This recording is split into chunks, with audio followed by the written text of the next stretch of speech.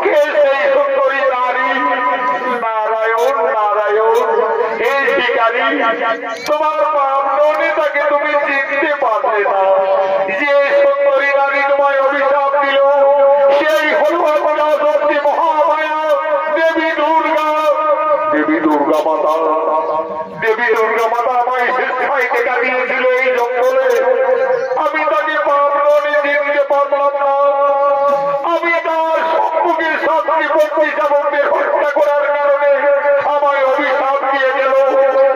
দেবর্ষি মহামণি, আপনি কি বলতে পারবেন মাতৃ অভিশাপ আমি কিভাবে খণ্ডন করতে পারি? নারায়ণ নারায়ণ, হে শিকারী, দেবী দেবতাদের অভিশাপ না হবে খণ্ডন। কলিযুগে তোমায় সাত সন্তান হারা হতেই হবে। তবে মনের পশুপক্ষী হত্যা করে তুমি দেবীর অভিশাপ পেয়েছ। তাই যদি অভিশাপ খণ্ডন করতে পারো, আমার আদেশে তোমাকে পুনরায় এই জঙ্গলের পশুপক্ষীদের নিজ সন্তানের ন্যায় লালন পালন করতে হবে।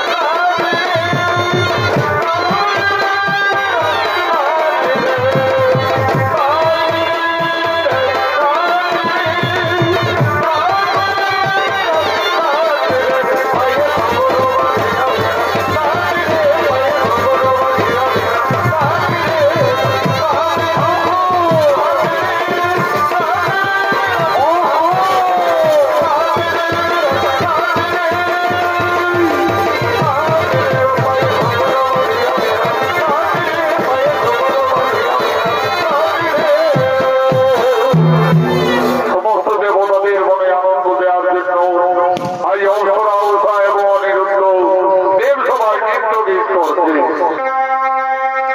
আর কে জানে গো না, কেউ তো জানে না আমার মনের কথা, কে জানে গো জানে না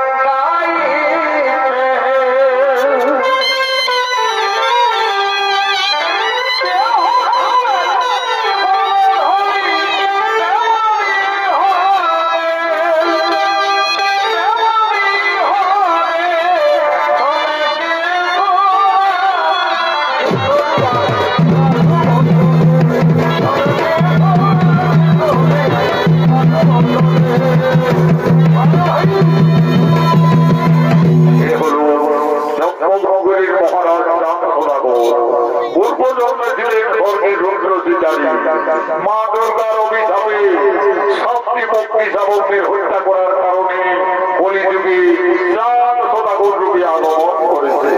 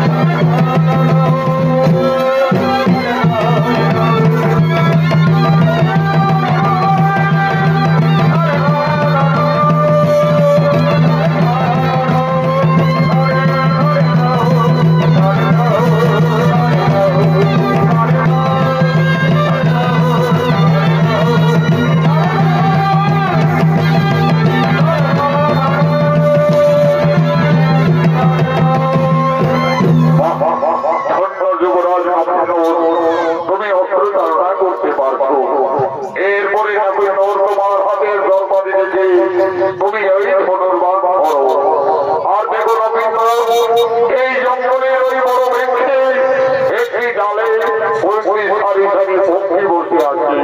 তুমি লক্ষ্য করো নবীন, তীর মেরে ঠিক মাঠের পাখিটি বিনাশ করো।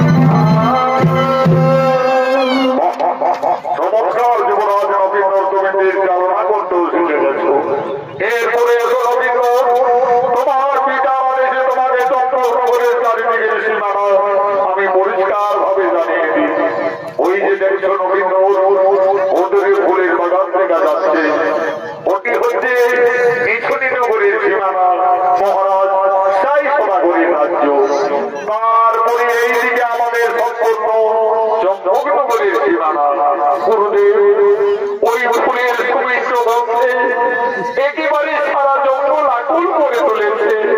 আমাকে খনিকের মতো আদেশ দিন গুরুদেব, আমি ওই নিজনী নগরের ফুলের বাগান পরিদর্শন করতে যাই। তবে তাই হবে যুবরাজ, ততক্ষণ আমি এই বৃক্ষতলায় বিশ্রাম নিচ্ছি। যাও নবীন, তুমি নিজনী নগরের ফুলের বাগান পরিদর্শন করে আসতে যাও।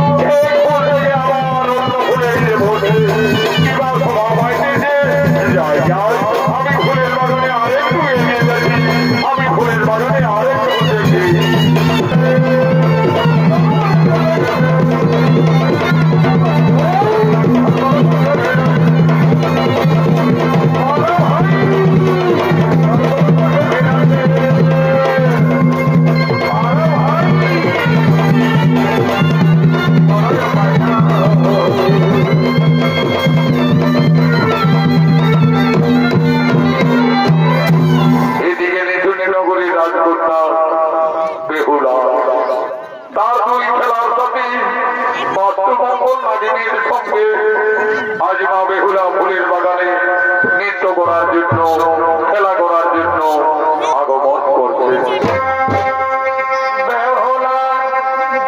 খেলা করে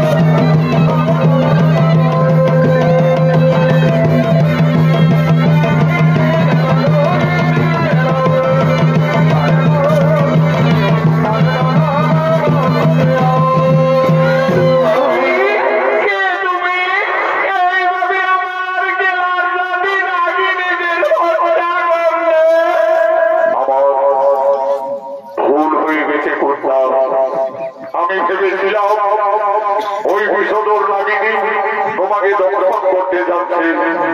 আমি এই ভেবে তীর মেরে বিনাশ করেছি।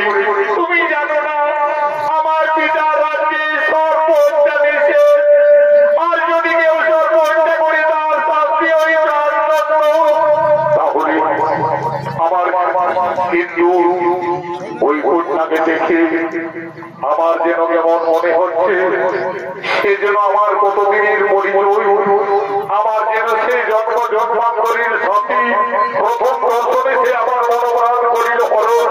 তাই তো ওই কুমারকে দেখে আমার যেন কেমন মনে হচ্ছে, সে যেন আমার জন্ম জন্মান্তরের সাথী, চিরকালের পরকালের সাথী। আমার মনে পড়েছে একদিন দেবী মা মনসা আমায় স্বপ্নযোগে জানিয়েছিলেন, বলেছিলেন বেহুলা যদি কোনোদিন ফুলের বাগানে কোনো রাজকুমারের সঙ্গে দর্শন হয় তাহলে সেই জানবে তোমার মনের মানুষ। তাহলে কি আজ ফুলের বাগানে আমার মনের মানুষ এসেছে, যাই আমি তার কাছে যাই।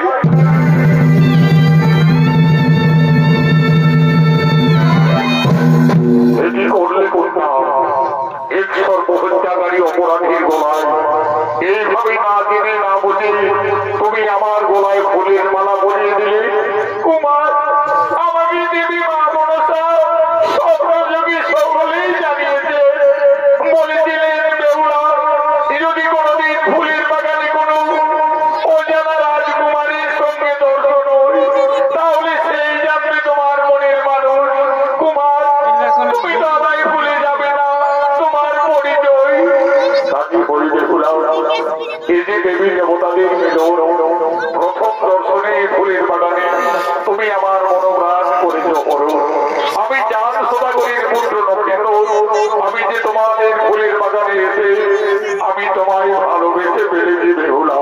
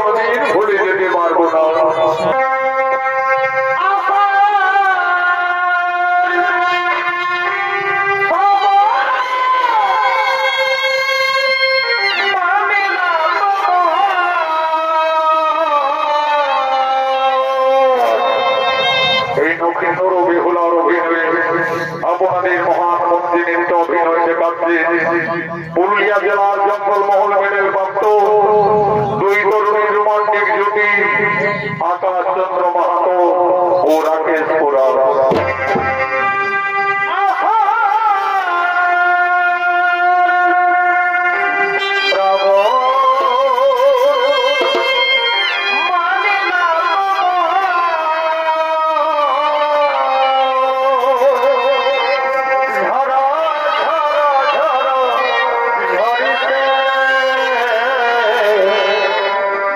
তোমাকে আমার মনে পড়েছে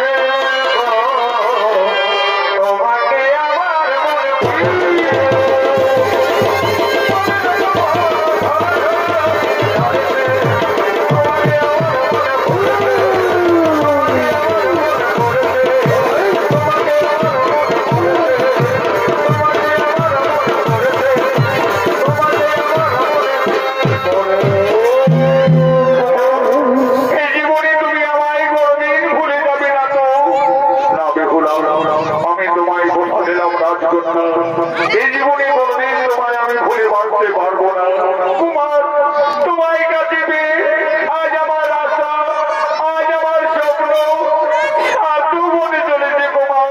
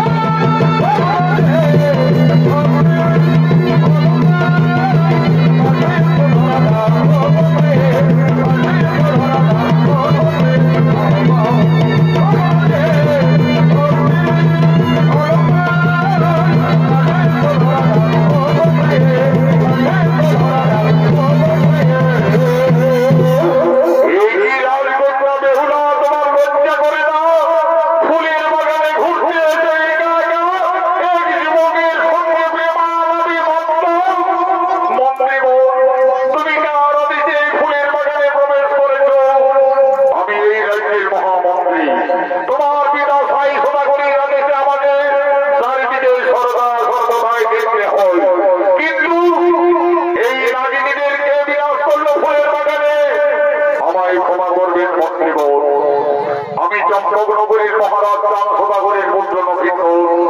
আমি ফুলের বাগান দেখতে এসে দেখি, আমি ভেবেছিলাম ওই বিষধর নাগিনী বেহুলাকে দংশন করতে যাচ্ছে। এই ভেবে আমি তীর মেরে বিনাশ করেছি। নাগ বিদ্বেষী রামসভাগরের পুত্রনবীন আমাদের রাজ্যে এসে সর্প হত্যা করিলে, সর্প হত্যা করার অপরাধে আমি তোমাকে এই ফুলের বাগানে বন্দি করলাম। ও ভাই সেনাপতি গো,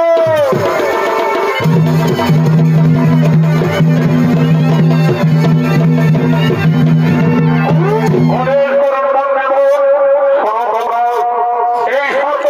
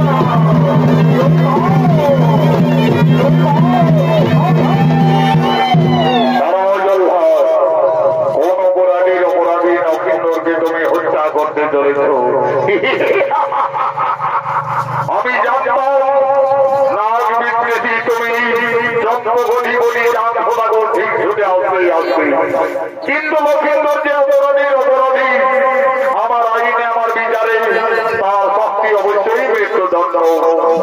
আমি গুরু মহাশয়ের কাছে সমস্ত জেনেছি, তারপরে আমি এই নিছুনিত করে ছুটে এসেছি। লক্ষ্মীন্দর বেহুলার প্রাণ রক্ষা করার জন্য ফুলের বাগানে দুই নাগিনীকে বিনাশ করেছি। সেই অপরাধী লক্ষ্মীন্দরকে হত্যা করতে চলেছ। আমি দেবাদি যে মহাদেবীর ভক্তদান আমি আমার মূর্ত নবীন্দরকে ভর্তি করে নিয়ে যাব। দেখি তোমার মনে কোনো শক্তি রয়েছে ধরতে পারো না।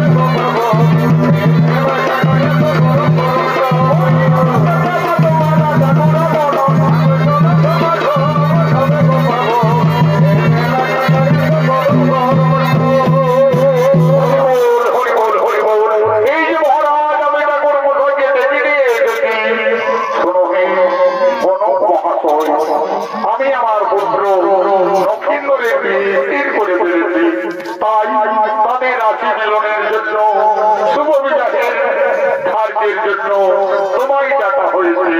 কি করেছে মহারাজ? আমি তো এক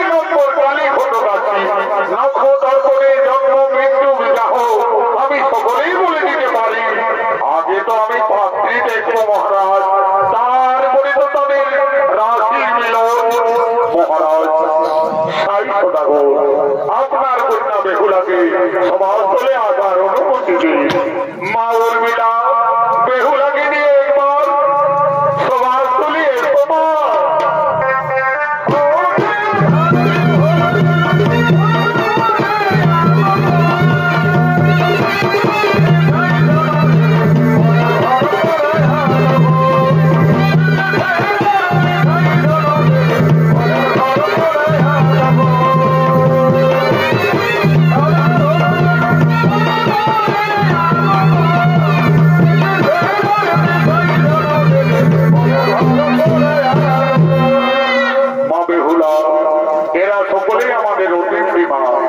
সকলকে তুমি প্রণাম নিবেদন জানাও মাতা।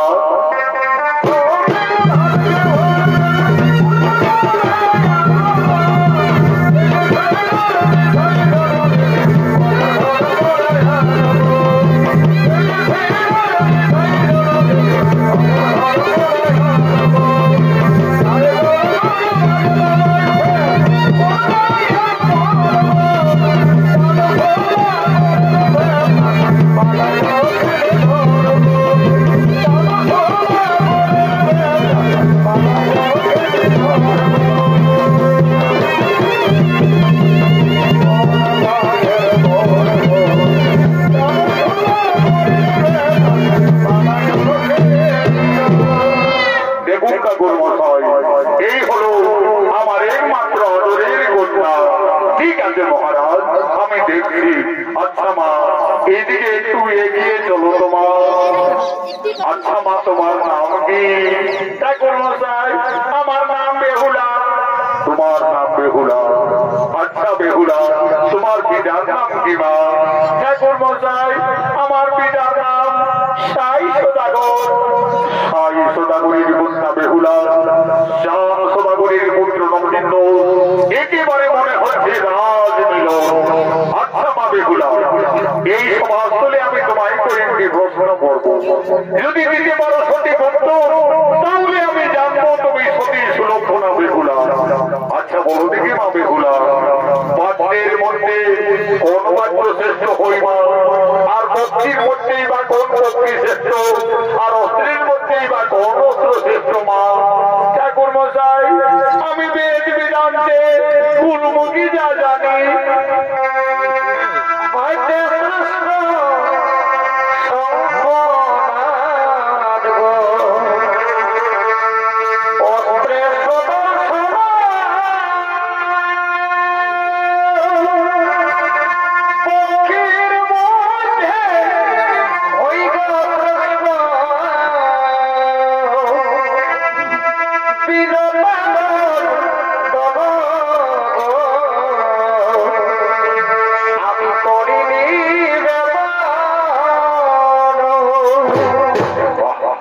চমৎকার মা বেহুলা, তুমি আমার প্রশ্নের সঠিক উত্তরেই দিয়েছ মা। বাদ্যের শ্রেষ্ঠ সম্ভাবনা, অস্ত্রে ভগবানের সুদর্শন, পক্ষীর মধ্যে শ্রেষ্ঠ হই বিনতানন্দ। মহারাজ, আমাদের পক্ষে যেটা হয়ে গেছে মহারাজ, একেবারে রাজ মিলন মহারাজ। তাহলে ঠাকুর মশাই, আর বিলম্ব না করে আপনি বিবাহের নিশ্চিত করুন। ঠিক আছে মহারাজ, আমি দেখছি। এক্ষুনি বিধি নিয়ম অনুযায়ী বেহুলা লক্ষ্মীন্দরের শুভ সন্ধিক্ষণে লগ্ন অনুযায়ী তাদের শুভ বিবাহ। চান সদাগরের পুত্র নবীন্দর, সাই সদাগরের কন্যা বেহুলা চৈত্র মাসে দ্বাদশী তিথিতে শুক্ল পক্ষে শুভ বিবাহ। কিন্তু মহারাজ, বিয়ের রাতে নক্ষত্রের অলক্ষণ দেখা যাচ্ছে। বলো ঠাকুর মশাই, যুবরাজ নক্ষত্রের বিয়ের রাতে আপনি কি অশুভ দেখতে পাচ্ছেন? মহারাজ, বিয়ের রাতে নক্ষত্রের বিধির বিধান অনুযায়ী লেখা রয়েছে সর্বদম্পনে মৃত্যু। তাহলে আমি আমার কন্যা বেহুলাকে আমি বিবাহ দেব না মহারাজ। না বাবা, আমি যাকে স্বামী ভেবে যার গলায় ফুলের মালা পরিয়ে দিয়েছি, আমি নগেন্দ্রকে ছাড়া জীবনে কাউকে স্বামীত্ব বরণ করতে পারবো না বাবা। মিত্র সাই সদাগর, এই বিয়েতে যখন সম্মতি দিচ্ছে, আপনি আর বাধা দিও না মিত্র। আমি দেবাদিদেব মহাদেব ভক্তজান সদাগর, আমি আমার পুত্র বধূ সুরক্ষার জন্য আমি দেব শিল্পীদের নিয়ে নির্মাণ করব সকালী দরবারে লোহার বাসর। দেখি কিভাবে লক্ষিন্দরীর সর্বদর্শনে হই মৃত্যু, তোমরা করো শুভ বিবাহের আয়োজন।